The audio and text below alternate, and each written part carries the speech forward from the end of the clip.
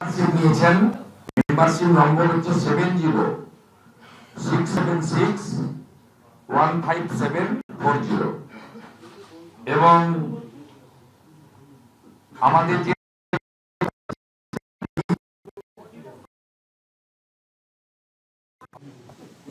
যে মন্ডল যুব মোর্চা রয়েছে তার তিনি সহ সভাপতি।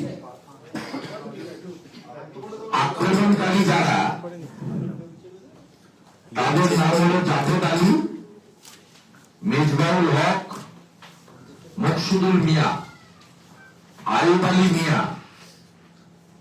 ফলন সরকার, যিনি তৃণমূলের ওই এলাকার সদ্য প্রাক্তন প্রেসিডেন্ট এবং নেতৃত্ব গ্রাম স্তরে। এর বাইরেও সঞ্জয় সরকার, কমল সিকদার, ঝন্টু সিকদার সহ মোট 13 জন আক্রমণকারী 2 জনকে খুন করেছে, 6 জন হেভি ইনজুর হয়েছে। দেব সরকার, বিমল সরকার, বাবুমণি, অর্জুন সরকার, বিপ্লব সরকার, সপ্তমী সরকার এবং অতন রায়। আমরা ভারতীয় জনতা পার্টির পক্ষ থেকে এই ঘটনার তীব্র নিন্দা করছি এবং সমস্ত খুনিদের দ্রুত গ্রেপ্তার করে আইনের আওতায় আনার দাবি করছি। প্রথম সকালবেলা আমাদের স্থানীয় স্তরের নেতারা এই পরিবারগুলোর কাছে যেতে পারলেও দ্রুত পুলিশ, কয়েকশো পুলিশ র্যাব দিয়ে ওদের বাড়ি এবং গ্রামকে ঘিরে ফেলে। বর্তমানে বিকেল 3টে পর্যন্ত যে খবর আমি সংগ্রহ করেছি, ভারতীয় জনতা পার্টির স্থানীয় বিধায়ক এবং জেলা সভাপতি সহ নেতৃত্বকে পরিবারের কাছে পৌঁছানোর ক্ষেত্রে পুলিশ প্রতিবন্ধকতা সৃষ্টির চেষ্টা করছে এবং পারিবারিক বিরোধ, গ্রাম্য বিরোধ বলে এই বিষয়টিকে অরাজনৈতিক খুন বা মৃত্যু বলে চালানোর চেষ্টা করছে। আমরা দায়িত্ব নিয়ে বলতে পারি, ইস্যু বা সমস্যা যাই থাকুক না কেন, এই হত্যা তৃণমূল কংগ্রেসের খুনিরা করেছে। আর যারা খুন হয়েছে, নির্মম হত্যা হয়েছে, তারা ভারতীয় জনতা পার্টির সক্রিয় কর্মী, সদস্য, কার্যকর্তা এবং মাধব সরকার আমাদের মন্ডল স্তরের অন্যতম প্রমুখ নেতৃত্ব, যুব মোর্চার ভাইস প্রেসিডেন্ট।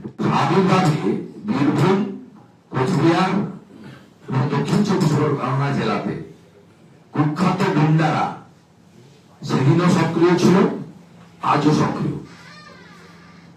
কিন্তু এক্ষেত্রে তো এখনো পর্যন্ত কোনো ব্যবস্থা নেওয়া হলো। শওকত মোল্লা, উদয়ন গুহ, তাদের বিরুদ্ধে কোনো ব্যবস্থা হবে। ব্যবস্থা নেওয়ার জন্য লড়াই চলবে। যে এজেন্সি তদন্ত করুক না কেন, এটা কোর্টের নির্দেশে হচ্ছে।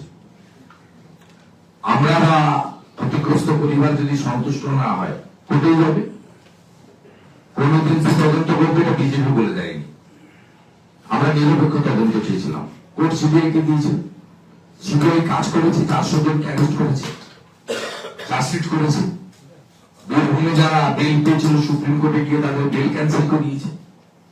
সিবিআই এই রাজ্যে কনভিকশন হচ্ছে না বলে, ট্রায়াল হচ্ছে না বলে, পোস্টাল ভায়োলেন্সের 18টা মামলা পশ্চিমবঙ্গের বাইরে অন্য রাজ্যে নিয়ে যাওয়ার জন্য সুপ্রিম কোর্টে গেছে।